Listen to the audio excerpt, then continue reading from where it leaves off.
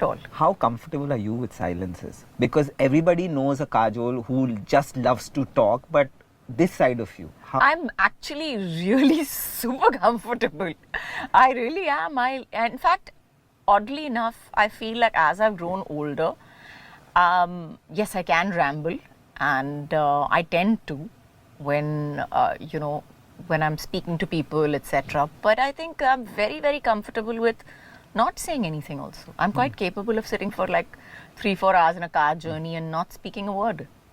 Right. Or even or even with people for that matter. Though of course they find it extremely rude if I don't say anything. But and I've had that reaction as well.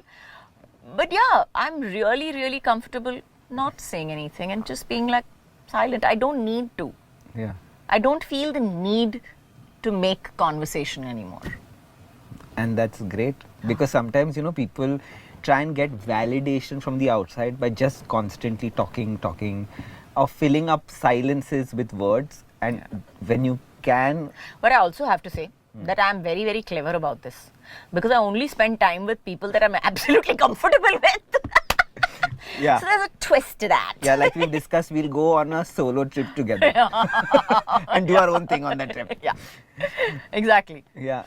I also know you've tried out a lot of healing modalities. I have. And I have. do you feel comfortable to tell me a few of them, and if any of them has really resonated with you? I'm really open to quite a few things. I'm open to actually all of it.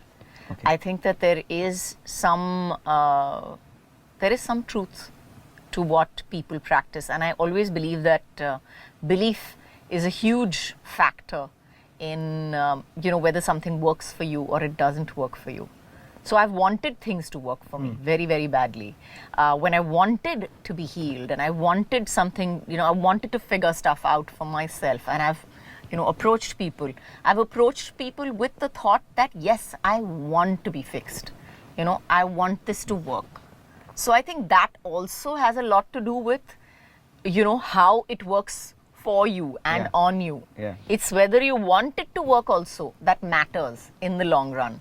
So yeah, I've done quite a lot. I've spoken to animal communicators for my dog, and I have I've done some hypnotherapy. I've done some theta healing. I've done a lot of work for myself. I've done some therapy as well.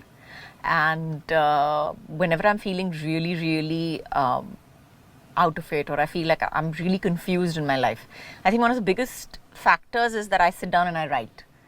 And I sit down and I just write and start writing about whatever is happening and whatever is like going on. And somehow when I'm writing it, it just kind of figures itself out.